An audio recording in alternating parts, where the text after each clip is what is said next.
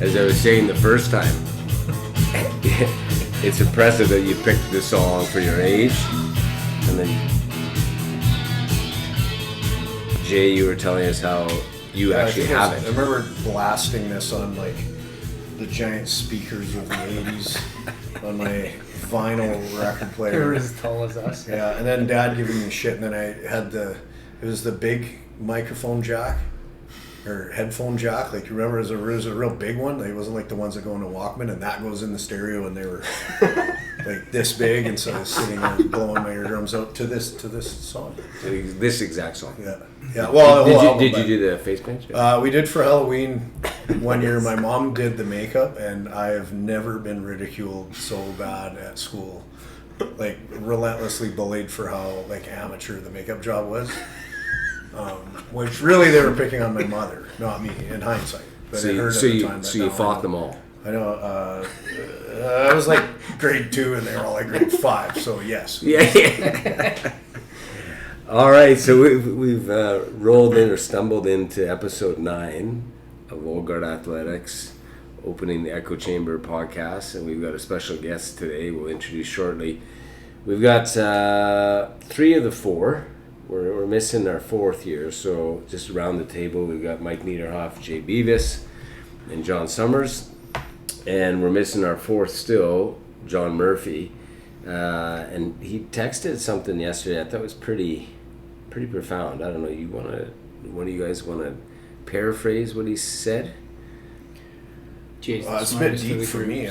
Well, it was deep, and then actually, what I would say, to set the stage, is I thought that it kind of ties nicely into the fact, because with OGA Athletics, we talk about how it's not age discriminate, and in fact, the whole point is like the circle of life from young guard to old guard and in between.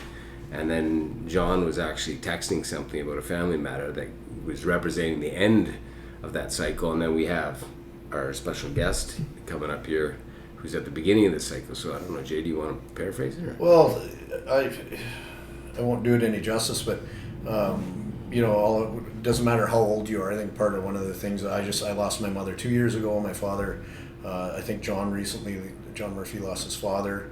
I think he's going through the process with some difficulty and health problems with his mother, and he just said, listen, invest that time you have with your parents while they're here. And he's recognizing that as it's happening. With me, my mom was sick, and I saw the end coming, but there's so much care involved with her that sometimes you get caught up in that stuff and what needs to be done rather than spending the time that needs to be spent and asking the questions that you can't answer when it's too late. And I'm not sure John was trying to kind of convey that it's important to make sure that it doesn't have to be the end to spend the time with him. But I think it was his quote was something along the line of investing the time with your parents pays dividends. Is it sure you can't do it when they're gone? Yeah, and they spent so much time nurturing and growing us, and now it's time for him to pay that back. And this actually sparked a conversation with my kids, because John had 2 sides of the coin. One is father went unexpectedly and really quickly, and it doesn't look like it's going to be that way for his mother. And I had a conversation with my boys. What would you prefer? And they brought it back to me, and I'm like, well, if it's terminal, I fully support going quick. So and this is tied back to, I guess, the 4 of us. I've fortunately, selfishly, never experienced the decay stage, and I'm quite terrified of that, and because I lost my parents quickly. So anyway, it's a segue in a, I think, positive but kind of morbid way to our special guest here, Enzo Kristian. So, and as in the post leading up to this, certainly at the beginning of this cycle of life, and also at the beginning of the cycle of like OGA Athletics as a young guard, our youngest guest to date. So super cool to have you. And I think I'll turn it over, Enzo, maybe to you a little bit, but I'll frame all of us. We were just discussing before the podcast. We know your family, your dad, your parents, grandparents a little bit, because you're a family from Saskatoon like us. And in the lead up to this, we've described just kind of vision that you've got for yourself in terms of your passion with water skiing. And we definitely want to get into that and pick your brain. But the accolades that you have at your age kind of blow me away. So I'll leave it to you just to frame how you would like to say, where are you at in this journey of your kind of initial pursuit of athletics with water skiing? Because it may change. You may end up in another athletic endeavor in the future. But at 16 years old, how would you frame kind of where you're at and what you're trying to just achieve right now? And then we'll get into a whole bunch of this stuff. Yeah, so I'm seeing the global sense for U17. I'm good. I'm solid in water skiing for jump, and then for U21, that's pretty decent. And but you're only 16. Yeah. So you're U21. This is acronyms. Most people we're talking under 21. So it means you could compete with somebody up to 21 years old. Yes. But you're 16. Yes. Okay. So there's math here. Yeah. 5-year difference.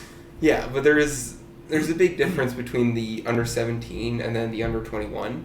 Most of it comes down to boat speeds and ramp height when it comes to jump. So under 17, your top specs are 51 kilometers an hour and a 5.5 foot ramp. For under 21, they're 57 kilometers an hour and then a 6 foot ramp height, which those are also your top specs for pros. So then you really get into the big boy speeds and then the big boy distances, which is really nice. Does that extra few years in size and maturity and that type of thing mean a lot? Yeah, it can mean a lot, mostly when the conditions go poorly. When stuff gets tough, that's where those few years really can show up. Like that. So that's more from an experience standpoint. Exactly. But if you're stronger, physically 5 years older, I mean, you're going to physically develop in the next 5 years as well. Yeah. If you can squat 4 plates then instead of 2 plates now, are you jumping further?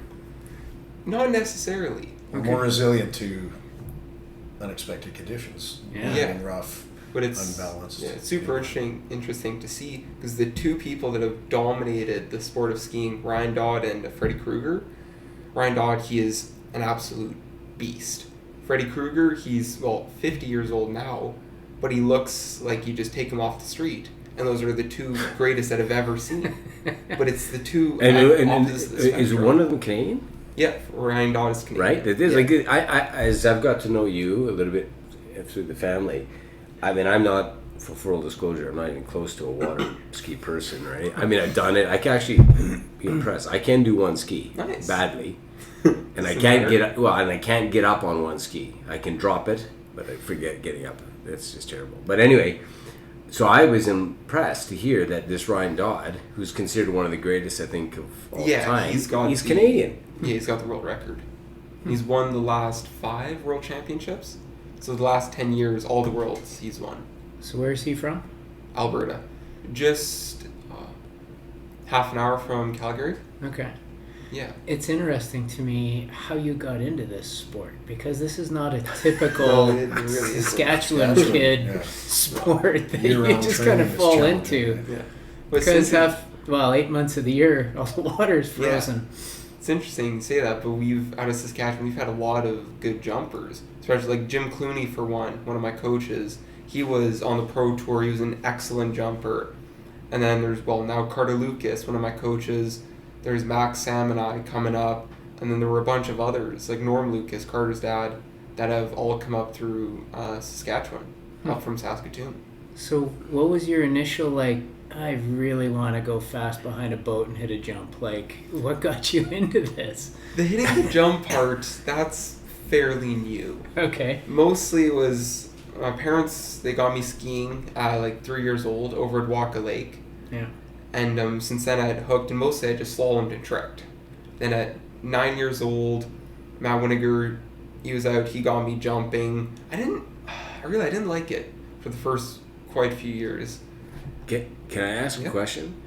Was it scary the first time? Oh, terrifying. I look at it. Watching his What's video the progress is for the first? You just go, or you go over the actual same size? Is there a small one? People will say, we lowered the jump to 4 feet, 4.5 feet. No, they just bring it from 5.5 down to 5 foot.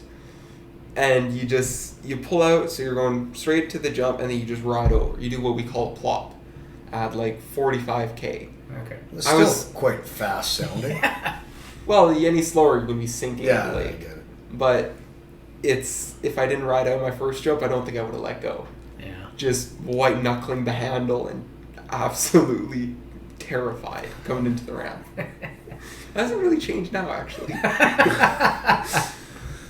So, you know, I was talking to somebody, and I think I mentioned it to you, but on this point of being like a flatlander, Yeah. and how you end up at this world champion level, and then it's weird that we've got others like you that are really good on the jump in particular. Yeah. But you know, I said this to somebody today. Again, like the analogy to me is that whoever was doubting this, I was at the gym before this. I would say that you were coming on, and I was explaining the background, and I said, I mean, basically, it's to me like the conversation that they had with Mark McMorris when he was in Regina in his backyard, saying he wanted to be a world champion snowboarder. Yeah. And everyone's like, well, what are you talking about? You can't be a snowboarder in Regina, Yeah. right? But I think the fact that these jumpers are for me, I think it's the craziness part a little bit of the Saskatchewan mentality. Yeah, you maybe can't be right in the head to want to hurl yourself into, well, a steel and plywood wall at 60, 70 miles an hour. Okay, so break it because I know Jay. I want to hear from you. Probably know a little bit, but Jay was also like a world level skydiver, and then doing how do you describe? Well, so swooping Swoop. is kind of the pond swooping or whatever. So we make a turn with a parachute Oh, yeah. over the ground, and when the centrifugal force of a turn kicks your body out from the parachute, and then you get a lot of vertical speed. But our body eventually comes under the parachute, and then you turn all that vertical speed into horizontal speed. And there's a course and a target. I think what you guys sent the video today. So there's an accuracy, a speed, and a distance event. But I was thinking when you were saying you just do it, it's not you can't half skydive. No, that's why I said you guys represent the craziness ground, Yeah. of like Saskatchewan. ground practice and a lot of like mental preparation, and then you do it. Like, Yeah. You can't. So I know my question was like, is there steps to it? But I mean, at some point you just have to go do it. Exactly. Or you're not going to get there, right? Especially when you start going far. When you half-ass it, that's when you hurt yourself. Like, I sort of accidentally half-assed the jump, like on end of May. Had a crash out the front, and I'm still, lower back is still a bit sore from that every now and again. So you can hurt yourself. But it's only when you don't commit. You just gotta make sure you keep going, you keep building in, and the harder you push, in a way, the safer it is. Committing, right? It's like you fully commit. If you're like, I hope this goes well. Yeah. It's probably not going to go well. But it's also fully committing in the right spot. Because the ramp, we're taking, so you have your 3 cuts, you have your single weight cut, so the boat's running this way, you'll take a cut like that. You have your 3/4, which you pull out and then cross the wakes. Then you have your double cut. So you'll pull out to the buoys, the 500, 600, and 700 foot buoys. Those are our timing buoys. So one number there is how far they are away from the ramp. So you'll have your timing, so you'll pull out to those, have your timing come across, and then you'll be beside the boat. You'll turn for the ramp and then try to hit it within about a foot on from the right corner. And if you're left of center, you hit it too early. And from there, you have to let up. And when you let up, that's when you lose your skis. You'll go out the front, or you'll come off the left side of the ramp before you come off the top. And that's never a good thing either. It's just crash. So again, there's a video component where people are looking at us. Yeah. As you described this, and then there's audio, and I would say most people have no idea what you're describing visually in terms of ski jumping, right? So we're talking about the dimensions of this jump thing, how fast you're into it, and then the length of the rope, and how far you go in the air. I mean, these kind of things for those that have never seen this before, maybe you can just frame it. Yeah, so from the center of the boat, from the pylon, we've got our jump ropes, which are 75 feet long. So we're at the back of that, and then the jump course is... The center of the jump course is about 45 feet from the center of the ramp. And from there, you'll take cuts where you'll get 75 feet beside the boat, and then take your whip with the boat, and then with also what we call a switch, which causes the boat to accelerate as you cut, creating a slingshot effect into the base of the ramp. So when you say 57 or 53 kilometers an hour, that's the boat speed. But you're going faster with this whip. Yes, but when the switch engages, the boat will accelerate to hopefully around 62 kilometers an hour on a good boat. Right now, our times are a bit slow, so we're getting probably 59k. But yeah, you try to take the whip and then hit the ramp. And the ramp, when you look at it on shore, it's really big. It's 14 feet wide and 25 feet long. But when you're coming at it at Mach 3, it really doesn't seem that big. 1 foot isn't that much. So how fast are you going when you hit it? Oh, Lord, on a good jump, probably close to 57, probably close to 60-ish miles an hour. Oh, wow. It's 100 kilometers an hour. Yeah. Yeah, probably close. So that whip adds 40 kilometers an hour, essentially. Yeah. Yeah. And then the pros on like a 230 foot jump, they're probably doing 75, 80, maybe a little bit more. Like on Ryan Dodd's world record jump is 254. That's how far he went? Yeah, 254 feet from the top of the ramp to where his tails first touched the water. He probably hit the ramp at around 85, maybe 90 miles an hour. Oh. Yeah, he's cooking into it. But I think this kind of like the technical stuff is just we could do a whole episode on the technical. What I find super fascinating, kind of like with your background with the swooping, right? Like the swooping is so the speeds are similar when we enter the course, but the thing that I'm more impressed with this is where I was going. Seeing it coming and dealing with it mentally. Yes, we're both dealing with the same thing.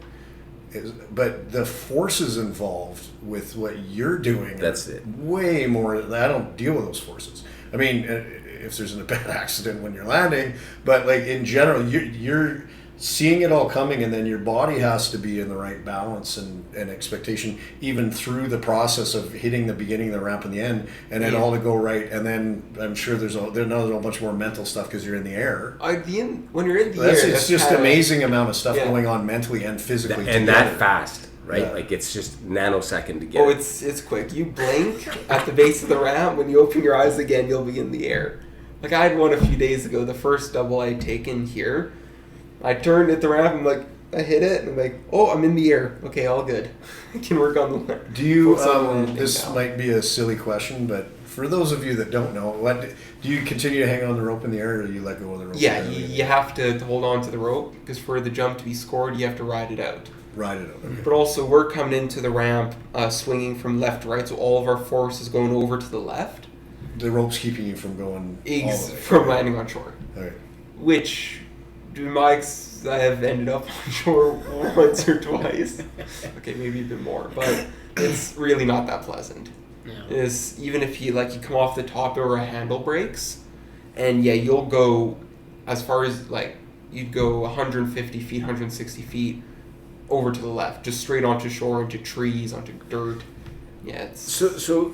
Just go back to this. You were right on it, right? This idea that these sports. You kind of get and I've thought through before this conversation a couple of the sports. So yours, the swooping. The other one is getting in position through technology, and then committing to just so big wave surfing is the other one. You get pulled into position, and then that's it. You're gonna basically literally ride it out. But this one, I think, I'm trying to think of what other sport happens where you get positioned and it's instant. There's no chance not to commit. You'd have to let go of the rope. You were just slingshotted into this to ride it out, whereas some of these other ones take time to develop, and so then it comes back to this power is unbelievable. A distance thing might take 8 to 10 seconds, and we can adjust through the course. I don't think you have time. You don't have time. Once you hit the beginning of the ramp, there's not a lot of thought going on anymore. You're probably on the pole. Everything's getting Well, it's all of it starts in your turn. So when you're turning for the ramp, you have to try to do that. You have to fight off the adrenaline. Try to wait as long as you can, and we're turning at about 15, 20 miles an hour if you're lucky. If you're good, try to turn as slow as you can. Is build as easily as you can into the first wake, and then from there you'll pick your ski up. Your left ski up, so you'll be only on your right ski through the wakes, land on the second side of the wakes, and then those last 40 feet, dig as hard as you can into the base. Then from there, try to kick it, so jump off the ramp without having your tips go down or too far up. Because or else you'll slip out, you'll go high, but you won't go far. And if you lose your tips, well, you'll go far, you'll land on your face. This is never pleasant. And that kick part, to me, because I watched the video we just posted of you, that action looks familiar with the ski jump in winter, right? Yeah. That kick at the end. The one... Like when they come off the big ski jump, it's that kick motion to straighten out. And it's a very similar thing. The only difference is they're coming into the ramp straight. What they have to think about, and I'm oversimplifying because I don't know the niches of the sport, but you come in tuck, try to build as much speed as you can, and then you only have to worry about the kick. Yeah. As opposed to, with us, you've got the turn. The boat plays a huge factor. Your wakes, whether you have any rollers, and then you're coming into the ramp at about 45 degrees across, trying to hit it, and you've got all the load on your right leg. If you're a bit too far over to the left, you'll slip out to the left. If you're a bit too far over to the right, you'll slip out to the right. Or if you let up a little bit, you'll bank and you'll rotate towards the boat. And in the air, you can have all these things pull you around. And the driver can also have a huge impact. So he's another almost part of the team, right? Oh, exactly, yeah. If you drag him in or he doesn't catch or he pulls you too much, he can pull you into the corner, and then worst case scenario, you can blow out a knee. So this was the next part of this was. Can you guys think of a sport where the technology piece, aside from the skis, but what other sport is there where there's like this boat that's 100% part of the performance which involves another person? Like I can't wrap my head around how something so extreme is attached to a really significant other part where you have to trust the boat. We talked a little bit before about the type of the boat. Enzo's shirt, Formula One. Right, you in the car. But the driver's attached to the car. This one is he's trusting, and I can't think of another sport. Yeah, I know what you're trying. I'm trying to get my head around it. Parallel. Is there another sport? I don't think so. Yeah, because you have human error on both ends now. You gotta have huge trust in the guy driving the boat. Do you have the same? How does that work? Like if you rode a competition, do you know this driver? Or? Most of the time, yes. So like in Florida, it'll mostly be the same drivers. And like Scott Ellis, he's the big one, he is a world-class driver. So shout out to Scott Ellis. Yeah. Yeah. Great boat driver. Yeah. No, but it's nice. And also jumper. He knows. Yeah, he was a ski flyer, and these ski fly guys are even more mental than we are. What is that? Ski fly is, so they decided this in the 80s, most likely on some cocaine was involved, but they decided to take ski jumping and see how far can you actually go. So the ramp is a lot longer. It's 7 feet tall now. The rope is 100 feet long, and the boat's doing 45 miles an hour base speed, accelerating to like 50 with the switch. And they have to have what we call spectra. So it's a rope about as thin as like the cable on your car, like your aux cable. That's as thin as it has to be, or else a thicker rope would just drag you at the front out of the wind resistance. And they were going. Parachute lines are made out of spectra. Yeah. Okay, cool. And then and it'll cut you. Like if it gets looped on. I would assume, right? It'll zip you. Yeah. So, and then those guys were Freddy Krueger. He has the ski fly record, 314 feet. Yeah, those guys were going insane, really, really far. I should have done the research on this. Does anyone have off the top of the head? Where's Jamie?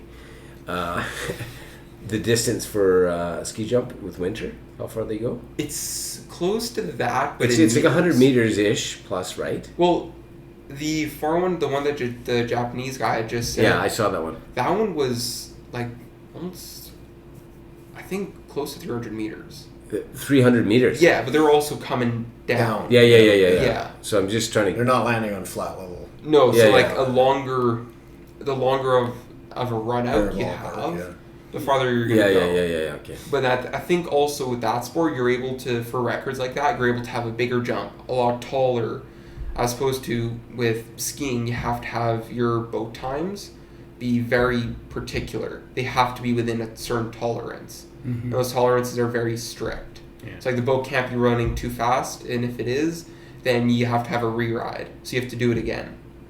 Oh, see, How do they determine that? Like, is there somebody with All the boat speeds are done GPS. Yeah, electronically. Yeah, so you have different buoys.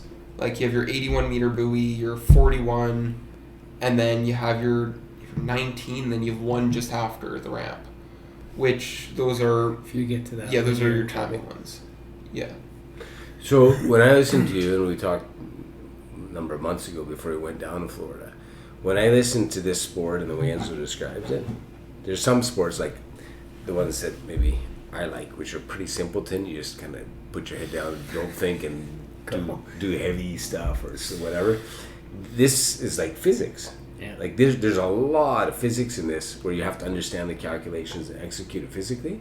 So maybe just spinning that to you a little bit. Like you had expressed, now it makes sense to me that when education comes up, and tell us a little bit about where this passion kind of leads you to education, and then you take your education, because it all kind of makes sense to me anyway, but explain to people.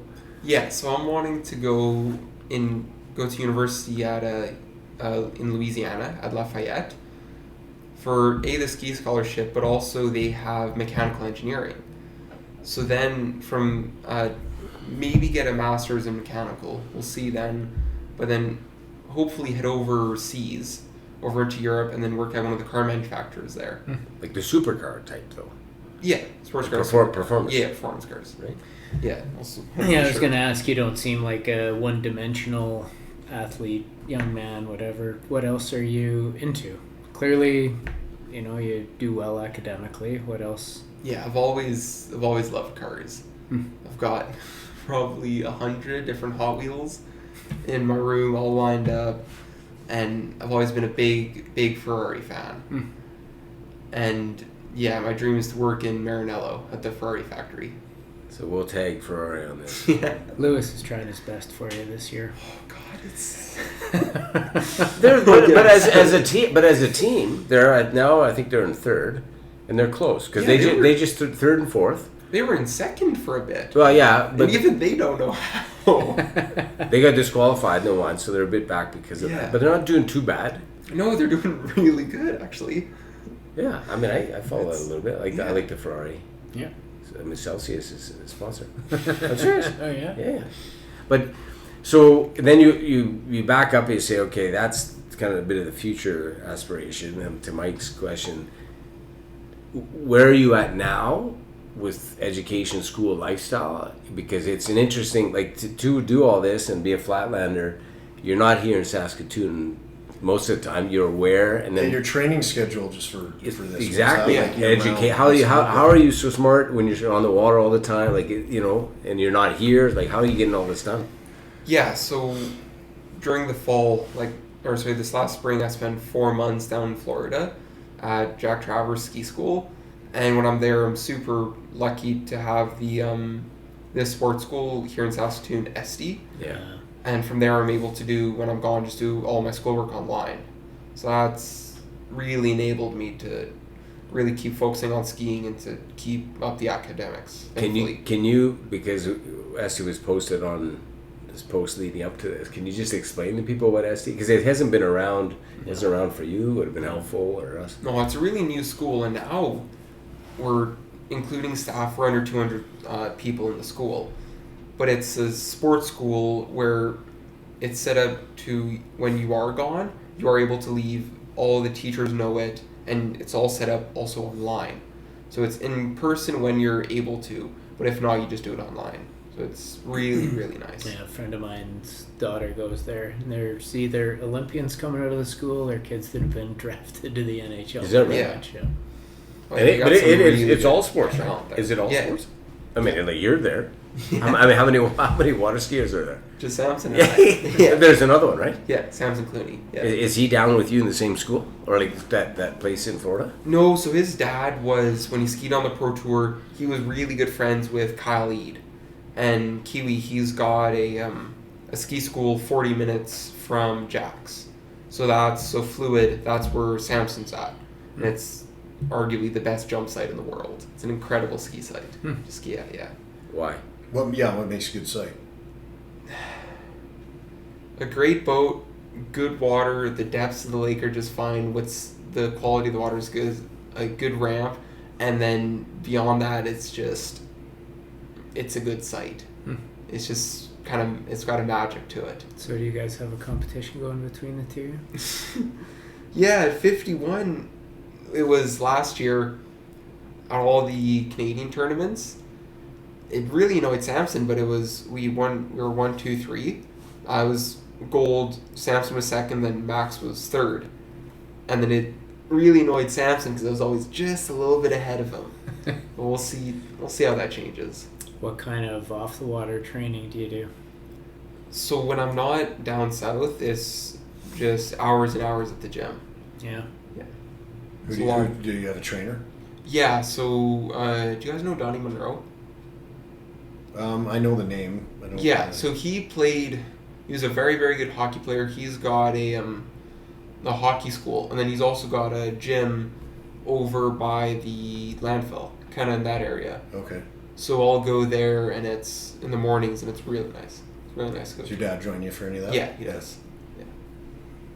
I mean, and then nutrition. I mean, yeah, it plays a big part, like all sports. But it's nice that, like, you look at boxing or wrestling, everything is you have to be so strict about everything, as opposed to skiing. Yes, it's very, very competitive. It's still incredibly strict, but it's not to the same level. Like, you can look at a skier and they can have a little bit of chub on them, and then they go out and win a pro tour.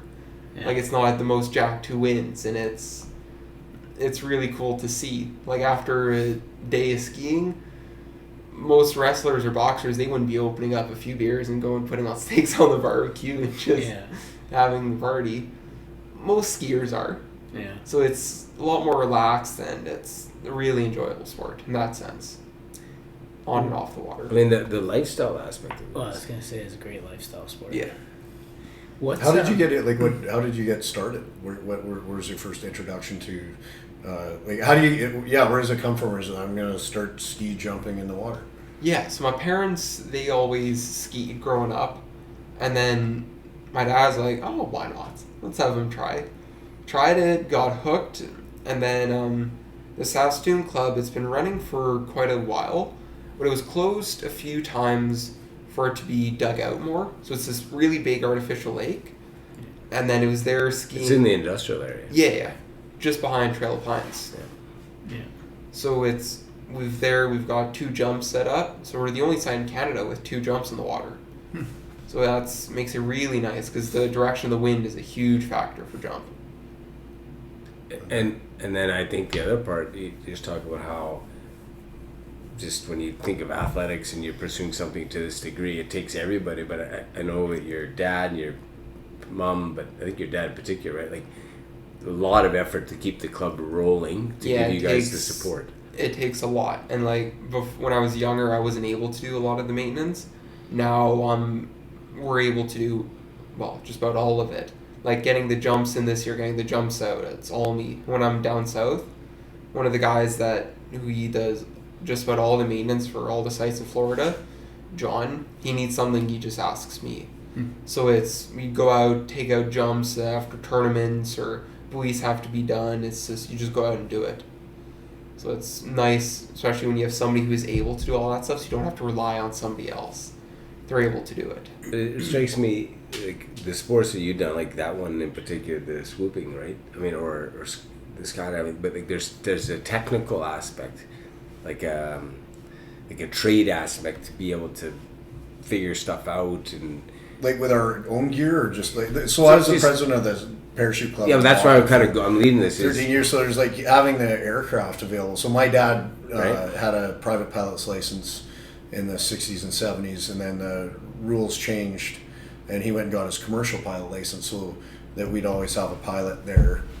He didn't mind. He liked flying and jumping. Most jumpers don't want to be pilots because then they don't find another pilot and you get stuck from flying. But Dad knew that if he could fly, I'd never be stuck, and we'd have a pilot. So he was a chief pilot for the club, and then I was the president of the club. And you involve yourself so you keep doing it. You don't lose that. Now the club did close down about 3 years after I think in 2010 that club shut down, and I finished in 2007 because when it was skydiving weather, it was deck weather at O'Shea's, and I had to work. But that they lost me and Dad out of that, and there was a number of awesome people that were still there, Murray Stevens and stuff. There's too few of them to keep it going anymore. So what you're doing is ensuring the longevity of you being able to do it. Yeah, thankfully. Yeah. It's very selfless to get everyone else jumping, but it's nice in a good way, selfish to keep you going too. So your dad, I think, knows that.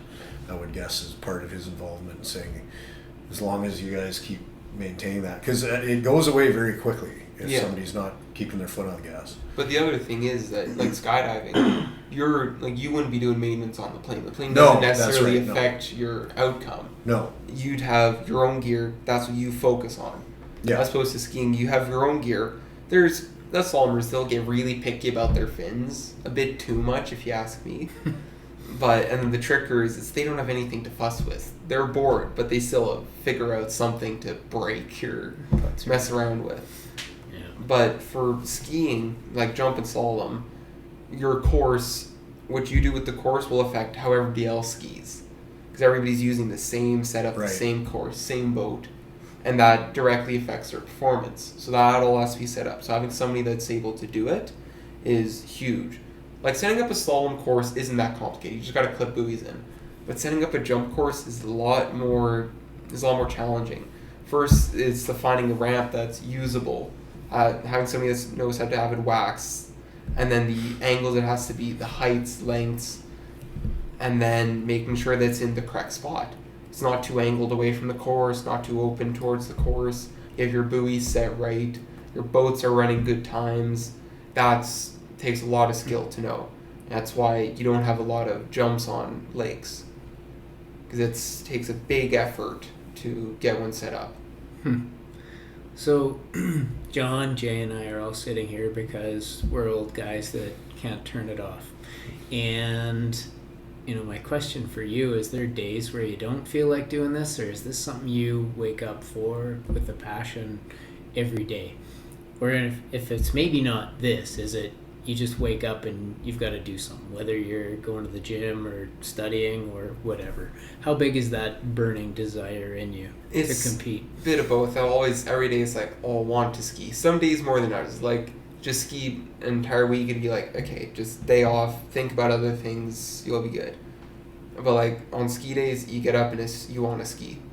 And especially for jump, like if you're not really feeling it, and especially at 57, you don't go over. Because that's just when things go south. Yeah. So you just got to really make sure that you're wanting it and you're locked in. Mm-hmm. That you're determined and you're willing to push it. That's how you stay safe. Yeah. Do you go to bed thinking about this too? Yeah. Well, you could have done better in that jump, or you had a shitty driver that day. Yeah, definitely. Well, on the driver front, it's really nice that you have so much consistency. Especially for jump, like you can't just have anybody go in and drive you. So at the club, we'll have really 2, maybe 3 drivers. We'll have Thomas Daigle out of Quebec, who's another fantastic athlete in general. He was semi-pro. Well, he could have turned pro in snow skiing, and skis at a few pro tournaments in water skiing. He's an excellent mountain biker, all-around incredible athlete. And then, so he'll drive. You have Jim Clooney, he'll drive, or Carter Lucas. They'll drive, and they're teaching Samson Max and I to drive. So I was driving a lot in Florida, and that's now getting that confidence, being able to pull some bigger jumpers. Just super exciting. What are you running, like power on the boats and stuff? Is it a standard thing usually, or? Yeah, The engine size is pretty standard. Like on our 200s now, the Nautique 200s, they've got, unfortunately, a 5.7, 5.7 liter V8, and all of our boats are naturally aspirated. Unlike the surf and wake boats, which are typically supercharged, or I think mostly supercharged. Yeah. But we'll run a smaller engine in the 200s for some reason, because all the world records are still behind the 200, but with the 6.2, with the big engine. And then now the new boat and then the 2019 Ski Nautique, those all have the 6.2. So it's, you have more power, you have more speed into the base, and overall that's a nicer boat with that bigger engine. And with the bigger engine, you'd run between 430 horsepower on the low end to 465, 470 on the top end. And then you have a boat like Freddy Krueger's with, when it's set up at fluid on 93 octane, it's running pretty close to 500. Like, it ripped me out of my boots earlier this year. So, because you're a boat guy. No, I'm not. Not really. Well, but I mean, you're up at the lakes or you're around the boats, but Yeah. so You don't see many. that's what I'm saying. Like this is just next level stuff, right? Yeah, like there's, you see the odd guy with a 400 on a big pontoon boat or something like that. So imagine the boats pulling you aren't very big and they have huge engines. No, So they're small. meant to pull and go quick and accelerate quickly and Yeah. maintain speed depending on where you're pulling on it, right? Yeah. So Thomas just a few days ago tried a little speed check on our 200. This is with a 3-blade prop, so it'll get you going a bit faster. He got up to 44 miles an hour. And then that new 26 Ski Nautique at Jack's, I was running down the lakes to change the height of the ramps, and I was like 3,800 RPM doing 40 miles an hour. Like, that boat will get up to just about 50. Like, is a very fast boat. It's not designed for speed either. Like, it's an incredible boat. What would one of those cost? So the Roughly. 200 now, I think, well, the 200's being discontinued. So the last number I heard was about 150K. The 2019 bad. Ski Nautique was about, importing it from the US at the end, about 230, 250K. Canadian. Yeah, Yeah. Canadian. And then the 26, no figure has been released, but people speculate about 170, 80, something like that. And That would be an air, like for paralleling skydiving, like a Cessna 182, it'll take 4 jumpers, would be about that. yeah, Really? Eh? Yeah, they're not. They were. I think we bought ours. It's been a few years, but I think 25 years ago for about 75, and I think they're about double that now. Like, keep in mind they're 1958 aircraft. You get a brand new one, which I don't even know if Cessna makes them anymore. But there's no new planes that size that you'd use for jumping. So we get All the 58s and stuff, new engines and everything. It's the airframe.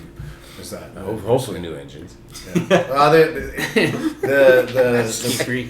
right? The requirements The guy of for keeping them. an airplane, airplane maintenance with engineers is very, probably the boats of engineers Yeah. looking at them and everything too. There's like lives at risk every time they fire up. So yeah. those straight 6 cylinders they built in the 50s, can't shut down. What does like turning pro look like for a ski jumper? For a ski jumper, like distance-wise? Well, no, is it a real opportunity? Like, Yeah, what would the so- lifestyle be? You know, So that for type me, of thing. like for me to go to the Mastercraft Pro, I'd have to jump in a record tournament 207 feet. And then from for there, the kids at home, what's your best so far? in tournament, 179 feet. Okay. I've had a few jumps in practice, like the one you posted, Yeah. which are 190 feet. Mm. But yeah, I want to keep going, and hopefully I'd like to break 200 feet this year. Okay. So keep driving and just keep working. But Okay.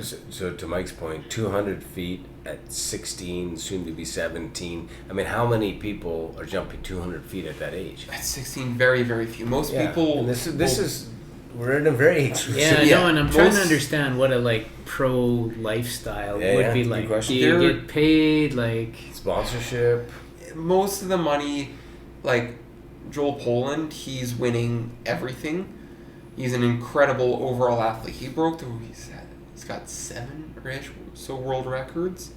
An incredible skier with his big Mastercraft sponsorship and a bunch of different sponsors in all of his prize money he's bringing in. Like, you can live a good life like that, like enough to retire if he keeps winning everything for 10, 15 years. Yeah. But other skiers who are placing like 3rd, 4th, even a bunch of seconds with some smaller sponsors, you're not retiring solely off your earnings. Not anymore. What are the prize amounts at these big tournaments for first place, roughly? Like the Moomba Masters in Australia, that's the win was $10,000 Australian dollars. That doesn't cover training. Or a flight there. I mean, I don't know. Well, with your flight there and everything, you're walking away with probably 4-ish K. But that doesn't go very far. Oh. So you could travel the world and do tournaments all over the world? Yeah, you could, if you wanted to, you could win everything and still be at a loss. If you wanted. Yeah, it's not that challenging, unfortunately. Huh. So you can see the ones that really succeed, they've got things set up outside of skiing. Yeah. So that's a big, big part of it. So, I think a little, in the beginning it's different because of all the equipment involved, but like the surf community that travels around to all these events, I think there's more money now in surfing probably than ever before. Is it? Oh, I'd say so. Probably right. Especially in sponsorships. Yeah, it's sponsorships. Yeah, But It's such a lifestyle, forward sport. Like, other sports feed off of surfing. as an ideology and everything. So that's I was kind of going with your question is, where do you feel the sport is compared to when you first heard about it, where you are? Like people like Mark McMorris or Shaun White, whoever in the snowboarding, I should know this, but those two names, and then go back to skateboarding, Tony Hawk right. I mean, there were a couple of people that just drove these sports to the next level. Otherwise, they were kind of these cottage sports. Yeah. Water skiing as a whole, slalom, trick, jump, is jump the kind of marquee, and you feel like it's on the cusp, like maybe yourself, maybe you could be the guy that transcends this sport and makes it into something that people aspire to. So water skiing, you go into the 80s, ESPN, like the evenings, were covering the I used to watch it on Wild World of Sports. Yeah, and then the Coors Light had their own tour. Busch Light had a show ski tour. And then like Sammy Duvall, Bruce Neville, Scott Ellis again, Jimmy Somers, to name a few. Those jumpers through the 80s and 90s, they were making lots of money. Like the Pro Tour winnings were excellent. And then there was huge crowds at the lakes. And now it's the crowds, even at the World Championships, the crowds are just skiers. But it's also because they went from skiing on these really crappy open lakes where the conditions are always crap, but you're able to have a crowd, to skiing on perfect man-made lakes that are secluded from civilization. It's crazy. So like in Orlando where I ski at Jack's, Orlando's 40 minutes away, Groveland is 20 minutes away. So everything it's a drive. And you're not going to drive past and go, oh, there is a ski site. You have to know it's there. Yeah. Like, it's kind of like the place here in Saskatoon. Unless you knew it was there. Oh, exactly. We're not going to see it. That's the thing with it. And it's all, like when this skiing was big, the scores weren't as good. Yes, the technology has come a long way, but also they were willing to ski on such crappier conditions. And then now it's like everything will always be perfect. So you end up with running always these massive scores. But I think a lot of people would trade the few of those massive scores for a bit more prize money and bigger crowds. Because, I mean, everybody loves the Moomba Masters on the Yarra. And people love it, not because the skiing's great, but because you've got, on average, 10,000 people on the shore watching. Mm-hmm. And the prize money is good, and everybody loves the event. The skiing on the river is terrible. It's incredibly hard to ski on. Like, you're lucky if you run your first pass, that's a win. Like sometimes falling halfway through your first pass and scoring next to nothing is enough to make you the finals. Wow. So you never know. But that's also why people love it. It's a gamble. My joke about is when I think about that, and I want to come back to your, like, you know, the swooping and stuff, right? Is my really good buddy, I've referenced before, he's this gymnast, right? So he went up through the national program and with a lot of the Olympians and all that. So he's our age. My comment to him, it's exactly the same. If you look at the gymnastic community, I mean, the people that are in there are arguably the most handsome, fit athletes you can imagine. I mean, like, just specimens, and what they do is just spectacular. And you see them every 4 years. Every 4 years, but they're also doing it in a place that the general public can't access. Like, you know, right? So the point is, they're in their own world, and it never evolves because it's kept in this weird dark spot. It's the same like you. Like when I see the videos and the pictures of you guys look like an Abercrombie and Fitch video. Like the young people, like fit, tanned. Like it's just like, are you kidding me? But the problem is, it sits in this. No one sees it. No one sees it. Yeah, but it also doesn't help that we have live streams and everything. But for like my junior worlds last year, the shortest live stream is 10 hours. Oh. And the longest, I think one got to almost 13 hours. And that's pretty common for worlds or tournaments like that. So the live streams are so long, and there is a lot of wait time in skiing. It's not like in hockey where the game is 3 hours long. And you go in, and then in between you got the crowd going. You can have advertisements, everything. The sport's not big enough, but also you have a 20-second pass, like for slalom, and then you wait for a minute at the end of the lake. You sit there waiting, nothing's happening. You get up, you do it again, and there's so much repetition. Jump is interesting it's really cool to watch. Visually. Yes. Yeah. Slalom, it all kind of looks the same. Tricks can be cool if you know the tricking. But if you don't, it's like, oh, they're doing a bunch of flips. Oh, the next guy just did the same thing. And you have a lot of the same runs. And that's also with how the rules are set up. They're trying to change it now, but trying to change the scoring of the tricks to help get these more flamboyant and have people try these more high consequence tricks, get it to be more interesting and easier to watch. And also, we'll see for slalom, but try to cut out and try to shorten up the wait times, or do more head-to-heads, so people going at the same time to help cut down on the time, to help shorten up the events. Because nobody's going to sit down and watch a live stream for 10 minutes. No unproduced live stream. And that was skydiving's thing, is the technology at the time. And again, it's better now. In fact, I don't see much of it. Like I used to as soon as a DVD got put out, hey, did you see whatever? Well, I started going to the worlds. But there's many disciplines within skiing and what you do in the water, and as well as within the air. But we had there was just the inability in free fall. Like you go, so who's going to watch free? I mean, you're 10,000 feet or 12,000 feet in the air, and you're falling 100 miles an hour, and then it's dots. And then what happened is there's a video.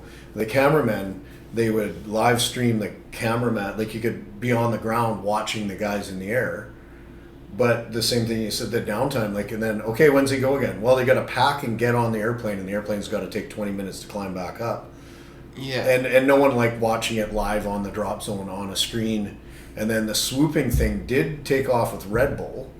And well, that's because of Mike. Yeah, well, no, but it was like the sponsorship of some of these. Like it seemed to be extreme sports and the energy drink influx. Like there was one called Go Fast that it was in California that sponsored the first Worlds, and all of these energy drink things were whatever extreme sport you could find. Like I'm sure it would have been, I don't know, naked darts if you could. There'd be just something they were trying to get it on TV if people were watching and drink a Red Bull, and this is fucking. And swooping was for sure the most visual part of it, but we didn't try to change the sport to get viewership because we weren't going to do that. It was kind of like the skiers. Yeah. Right? We wanted the best course and the best whatever. The technology to get what we were doing to people was, or I don't know, like advertising, which was the sponsorship. But I don't see those things on TV at all anymore. No. And I don't know, it's just where I'm watching, but I don't know why it fell out of favor. But I remember, you could watch water skiing as a thing, and then all of a sudden, but I never thought about the gymnastics thing, but how many other things are like that? Like there's quite martial arts in a way, where you go watch a martial arts tournament. I mean, we're all squirreled away. Yeah. I mean, the so like that's where I'm going with my thought process. The UFC took elements of those things that were squirreled away and then brought it to the mainstream. Like, but it's just when I think of, I guess you say, I mean, for those that don't know, your background was in Red Bull, and so you would have been looking at sports like this, and like to me, this is a no-brainer from a lifestyle perspective. Yeah. And I just can't figure out why somebody hasn't viewership and marketing. Yeah. If you're not able to generate revenue from whatever activity that you're supporting, probably not going to get the cash to. But is there a way that when you think of their model that you would say, okay, perhaps you do something like I think it's around the live streams and trying to bring some professionalism to make it a product that people actually want to consume. Yeah. Well, they're one of the tours, the World Water Skiers Overall Tour, that is in part sponsored by Red Bull. Oh yeah. But that one, it's done not as a straight live stream. Jared, he'll video clips and then they'll put out clips after. Cut it. That's weird. Yeah, so you'll have that set up, so it'll be only like 20-30 minutes, highlights. Yeah, and That'll it takes away the live aspect. Exactly. Of it, which is, I don't think with certain sports like that you can't have it both ways. Yeah, but that'll be really well done. We had a Red Bull event, one of the Canada Cup here last year, and that was great because with us being in the city, it's not that far of a drive. Mm-hmm. It's easier to get to than it is to get to where the Blades play, SaskTel Center. Mm-hmm. So that helps a lot that it's at the sites in town, it's close. But it'd be cool to get a like a trick event on the river. Yeah. That'd be cool to get like right there. Too low right now. Yeah. I mean, they did the wakeboard nationals there last year. Oh, really? Yeah. Just down the river. You couldn't do slalom there? Well, you have to get in the course. And dropping in the course, that's quite challenging because then it all has to be for a big tournament, not just a show, like to bring in pros. It'd have to all be surveyed, all be within tolerance. It's doable. It's a lot of effort. It's really challenging. You have to have the river shut down for a bit. Yeah. We'll get all the courses in, and also with the shifting bottom, that'd be a big mess. Enzo, we part of what Old Guard Athletics is all about is bringing on young guard and who they learn from, who they aspire to be, and we've had some young guards on here that might be related to the guy that started the podcast, and talk to them about how inspirational their parents were for them and getting into the sport and helping them with the sport. And John's son even went so far and said that some of John's advice didn't even resonate with them, type of thing. So my question to you is, how much did your parents influence you? Who do you look up to? Who do you get inspiration from in your sport? Parents were, they're the reason why I'm in skiing. As competitive as I am, that's a lot of it is my own doing. But what allowed me to sort of have that choice is my parents. They're the ones that first got me skiing. They're the ones that when they saw it, it's like, let's get a membership at the club. Let's keep skiing there. Be open to try the different events. And then when the time came, be willing to ship me down to Florida for months at a time. So that's a big, big factor in it. How hard is that? I grew up playing hockey and I had buddies going away playing junior when they're, 15, 16 or AAA or whatever away from home. How difficult was that for you? And how do you overcome that separation and loneliness? That first year when I went down, when I was 13 or 14, went down for 4 weeks. The first 3 weeks were fine. Last one I did get homesick. The next trip I was down was a lot easier because I was with another family, staying with them the entire time. There's a few of us kids skiing. That was great. And this last trip, there for 4 months. And then my mom and brother came down for a week in April, and then my mom was down for a few weeks in May. Awesome. Also, she had to work on her doctorate, but also just to be down and be with me at Jack's. Yeah, so it's we play it. Yeah. So not only smart but athletic family. Yeah. Well, I mean, it is a good point to raise because you've mentioned the support from your parents, but maybe you can explain what your mom does because I think that's at a high. It's so do you have to ask? No, but at a high level in terms of how that ties in because you have a mental performance coach. Yes. And so I think in simple terms you would say your mom is exploring, right, researching at a very high level.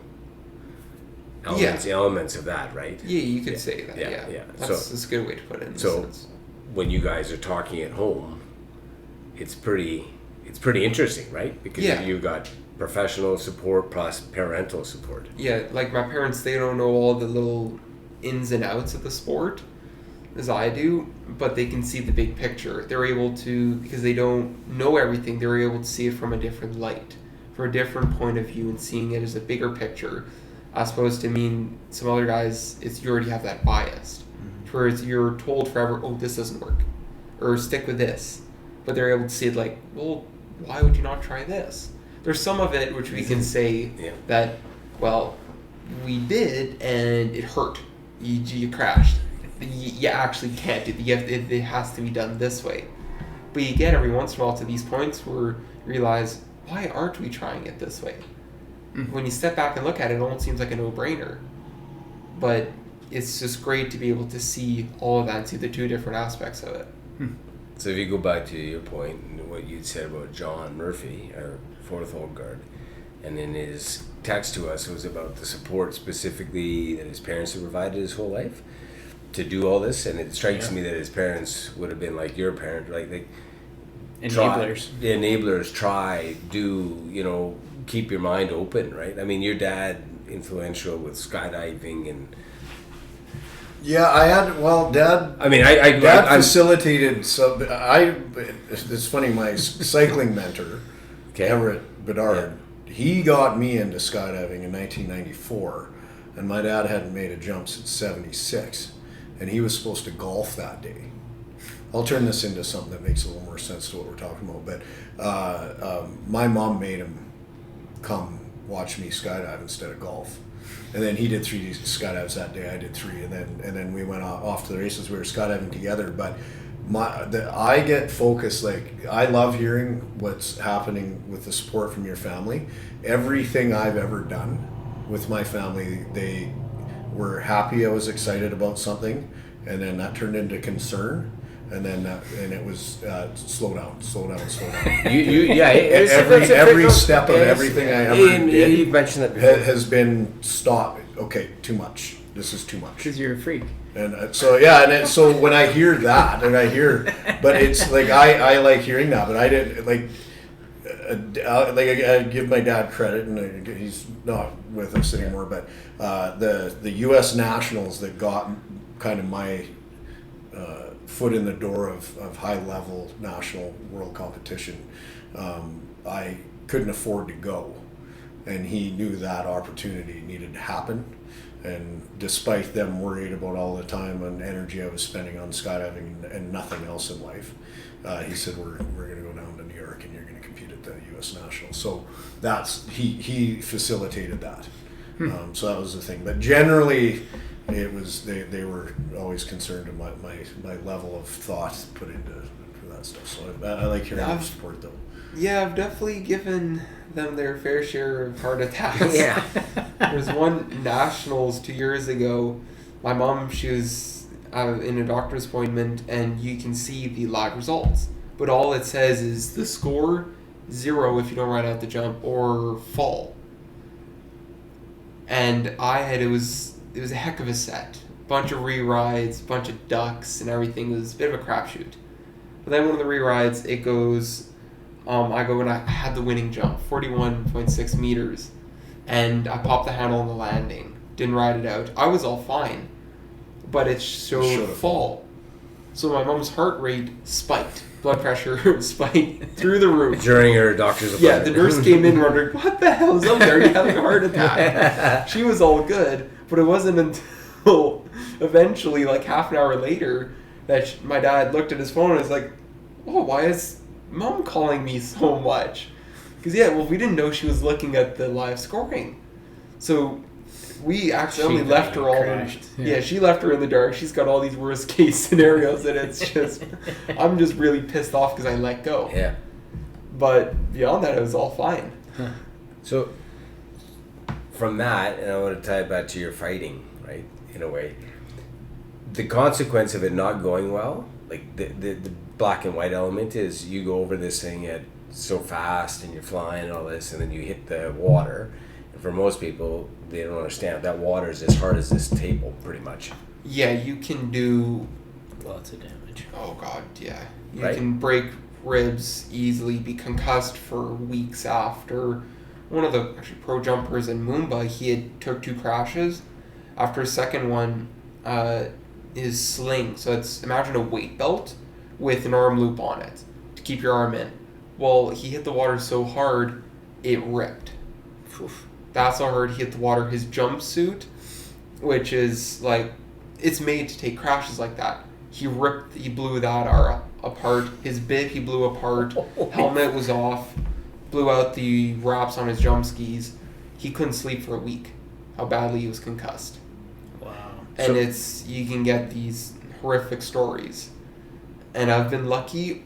I've had fair share of close calls. Like I locked up my left shoulder 2 years ago because I hit the ramp solely with my shoulder. And thankfully, miraculously, I didn't break anything, didn't bruise anything. But yeah, you can break stuff pretty easily. So how do you register that kind of consequence? I mean, we around this table, we've all done things that have some. Your dad too, right? Some consequence for bodily harm, but in this case here, it's so on and off, right? Yeah. I mean, you commit and then you see. Exactly. So there's only so much you can control. Yeah, and so is that how? Because you've explained it, I think I've heard it before. How do you get yourself in a place of calm that's like, okay, the consequence, if I do all the preparation, I've minimized it, or but you can still crash. But why doesn't that prevent you from you doing sort it? of just accept it. You accept that you will crash eventually. It is gonna hurt, but so be it. Yeah. It's kind of, and I mean that's what my coach Curtis, he told me to first start getting through 3/4. Because I was terrified of the ramp. I couldn't take a 3/4, even a super plop. Couldn't do it. But it's just, you just have to accept it, almost accept your fate in a way. That you do it long enough, something's gonna go wrong. Like, and when it does, it hurts a lot. But then when you get back over the jump, you realize, oh, this is why I do it. It's for this feeling, not for the 1% when it does really hurt. Yeah. But we used to say, one of my super funny buddies wasn't a competitor but an avid skydiver, and and it was a joke the way he'd say it, but I believe this. When we say, and you probably heard me say, pain is temporary, glory lasts forever. Yeah. But it's like that, the risk of the consequence kind of makes the good runs a little bit sweeter. That's the adrenaline. It's like right? Not only did I not hurt myself doing this potentially, but I excelled and performed better than average on it. Yeah. There's something more to that than just, I don't know, I'm trying to think of another thing. To be really good, you gotta leave it all out there a little bit, right? Like the thing is, like with tricks, tricks is a constant uphill battle because it's just fall after fall after fall, and the crashes don't hurt a lot, but you take enough of them, you just you just end up pissed off. It's 20 minutes of just eating shit. That's all it is. It just hurts. And then slalom, when it's going well, it's a lot of fun. But you'll have your best set of your life, and then the next one you can't run your opener. It's so up and down. When it's not going well, you hate it. But jump is the one where even if you're not jumping that well, You're in the air, and it's still enjoyable. You're still having fun. Exhilaration. Exactly. You still have that adrenaline. I can see which one is your favorite. Yeah. So it's like you don't have to have the best out of your life to enjoy being in the air. Like you can have a pretty crappy set and still come back with a smile.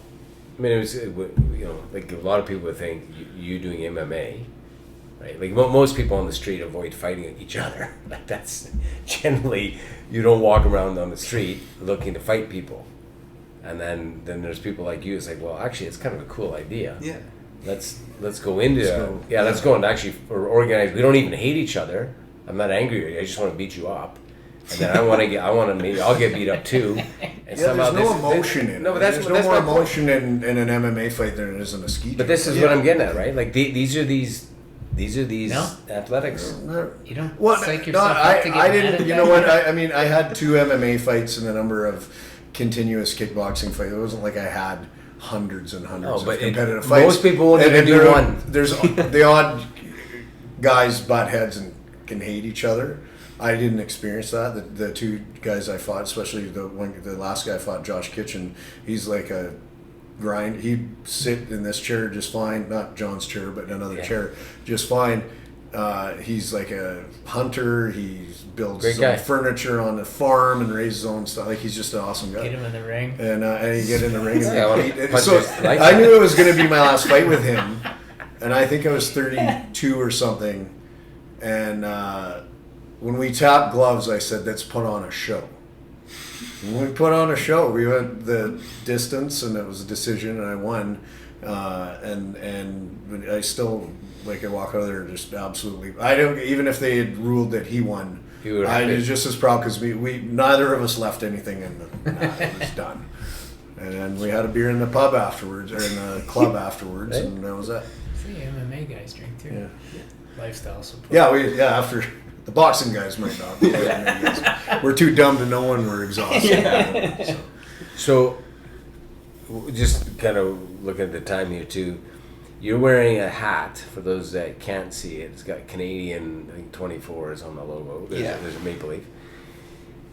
You are on the cusp here of a whole bunch of stuff for you personally, university, I think hopefully scholarship, right, these types of things. Yeah. But in terms of representing Canada and Saskatchewan, what do you have upcoming this year? Then where does it go? So the next event like that would be the Under 21 World Championships at the end of July in Calgary. So it'll be that. Next year isn't a World year. It'll be first one in a bit, and then hopefully, we'll have a Pan Ams. Hopefully that'll be somewhere cool in South America. Because the last one was in Bogota. Colombia. Yeah. That was really cool to go to. That was awesome. The skiing was not very good, but once again, going back to like the Pro Tour in the 80s, it was so much fun, not because the skiing was great, but because everything else was awesome. The support, right? Yeah, everything around it. So just on that note, I'd heard through you and your parents, there are certain countries that are pretty good at the stuff now, and so they kind of host some of the championships. So what countries are strong in this sport around the world? There's strong, so Canada has always been, they put out some excellent skiers. They had Jarrett Llewellyn, who went in ski fly 299 feet. That was a world record for the longest time. You got Ryan Dodd, Stefan Neviu, Charlie Ross right now, who is the Under 21 World Championship. He's winning Pro Tour events. You got Dorian Llewellyn, the only Red Bull athlete in the sport. He's Canadian. Well, until you get it. Yeah. But I mean, Canada's just had this depth and have always been. But I think it's a lot of sports Canada's very strong at. Like, we put out a lot of athletes, and skiing, thankfully, is another one of those. So you got the Europeans. The thing with the Europeans is that not one country always has the depth out. Like Denmark, they have a history of good jumpers, but they'll have one jumper, and then they'll have a few years between them, they'll have another one. And then now the newest one would be Maisa Jakobsen. She's, a phenomenal jumper. She's got 2 world records now, and yeah, so that's another example. Then you go to another one, Germany. You got Tim Wild. He's a fabulous skier, but you can't see, oh, there are the next few coming up, or it's him. Then immediately after, it was somebody else. It's only really the Canada and the U.S. that, as a country individually, have that depth, like year and year and year and year. Surprised. I always think it's interesting with different sports, like and again, sorry to pill out skydiving, skiing, and some of the niche sports. What countries? Like, I don't know why. There's no rhyme or reason to why any one country would just have get their hooks into the sport enough to get enough people going. Yeah. And the fact that you're from Saskatchewan and doing it too is surprising to me, and it's good. I think Good on you. Yeah. I think another thing of it is population size. Like, take Denmark, for example. It's 6 million people. If the same percentage of people become jumpers, well, you're going to have a lot more with a population of 40 million, even 400 million in the U.S. Yeah. So that just plays a big part in it. Yeah. But Colombia is like, there's a couple of interesting countries that you say got their even stuck you in mentioned South Denmark America. that has right. Despite it's small, but South America is quite popular. Yeah, like Argentina, they have like good skiers. When you think of South America, you kind of think of it as almost altogether as one country. You'll have Chile, they have some good skiers, they have 1 or 2. Argentina, 1 or 2. Colombia, they got 1 or 2. And then a few other countries there. But a lot of it is they ski as a group together. And like in Europe, you'll have your groups of Europeans that'll be together, the different sections. And then Canada, most of us are in the U.S.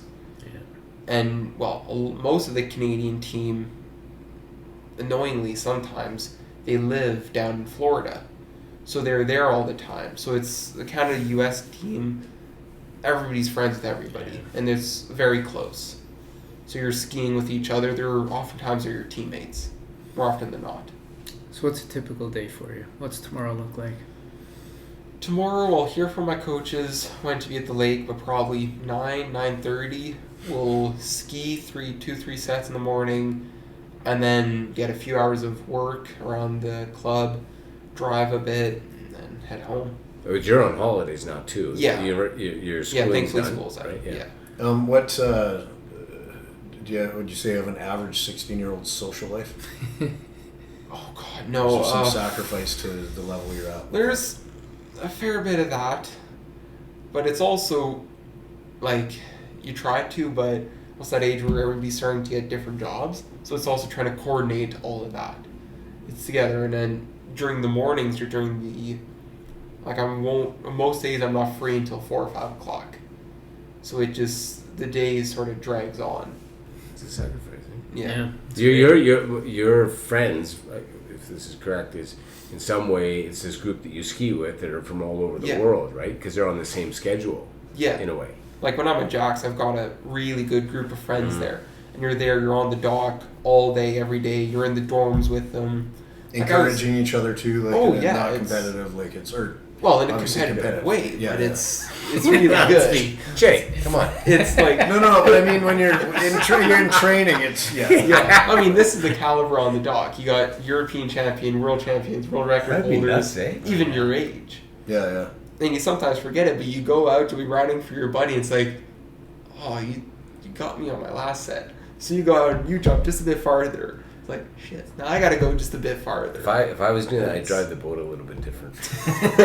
Just dial it back or do something. But I was all the guys I competed against at World and at the U.S. Nationals, there was only a handful of places you can even train doing what we were doing. Yeah. They just weren't set up. Like, you have a finite number of places, and the best places are going to bring the best people, and then you're all together training. Very and concentrated. And I just said like some of the guys that I competed against coached me in the beginning. Right? I was competing against a former coach, so even while the competition was.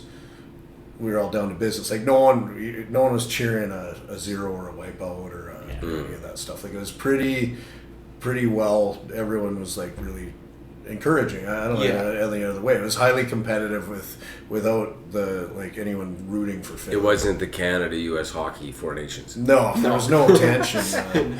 fighting on the dock. No, but there was also like Canada was the middle of the U.S. flag. The five of us Canadians were about here, and the U.S. were all up. They won first, second, third, fourth, and fifth, and we were like 28th, 29th, 28th, 40th. Spread out a little bit. So. But yeah, there's just that camaraderie because you're just a few guys doing an awesome thing that we love so much that no one else does and no one else can relate to. But it's a small community. Like, you can't get away with being an ass. Yeah. You're going to be pushed out of the sport really quick. And if you're around the people all the time, you make friends. And it's a great community, the skiing. It's awesome. I think you tonight would be very similar if people had done some footage of Steve Poborski and Ken Reed and Todd Booker. You probably don't even know who your dad did. So these are the skiers that when they were 16, probably they were all in, I think, with Alberta, most of them, right? Yeah. If they had been, and there's no phone, so there's no recording, no podcasts, but if they had been interviewed, I bet you they sounded exactly like you. And they went on to be the Crazy Canucks for skiing. And they just rode this wave of like enthusiasm and passion, and the world just kind of gravitated to them, right? And they were performing at the highest level, and then there was just something about it because they were kind of the underdogs compared to all the resources for Europe and the traditional places that were stronger, the States or whatever. And I just think that you and then your Samson and some of these other people that are from Canada, I'm super inspired. Like this is the whole aspect of how you can find people that are in this kind of old guard athletics, lifetime of athletic pursuit anywhere in the world at any age, any sex, and if you're wired like you are, where you can't turn it off from day one, then why not become the Mark McMorris of the water? Yeah, and I mean, like universities, they really like picking Canadian athletes, especially Saskatchewan athletes, because we're used to skiing in crap weather, cold water. So be it. It's just that summer for us. It's like tough as nails. So yeah, I mean, you had Florida. It's like, oh, the water's 75. This is awesome. Like no wetsuits, nothing. We're skiing. All the Floridians like, oh, it's a bit too cold. Oh, we don't take the wetsuits off until the water is at least 80. It's like, what the hell are you talking about? Yeah, no kidding. Right? The water was 59 for us when we skied a few days ago. Like, it's cold, but you still gotta ski. Well, it sucks, but you suck it up. Keep grinding. Yeah. Have fun. Just I think we're gonna follow this because you got your thing in July. The Worlds. So good luck with that. Good luck with your application for university at Lafayette. And then more importantly, thanks for coming in. It's my pleasure. great. Thank you for having me. Awesome to chat, and you certainly conduct yourself. I'm like, sure you're only 16. Yeah, exactly. Wait. For those who put a sentence together, we're gonna have to pull out some ID here and do an age verification or something. But anyway, no, it's been awesome, and we usually finish off with fist bumps. So do that. episode awkward 9 in the can. Yeah. For those that can't turn it off, and we'll wrap up this episode of Opening the Echo Chamber, and we'll see where we go from here. I think we've got some other people in the pipeline, but awesome, and good luck with everything. Thank you. Thanks a lot. All right, so Thanks, Enzo. next time, cheers, everybody.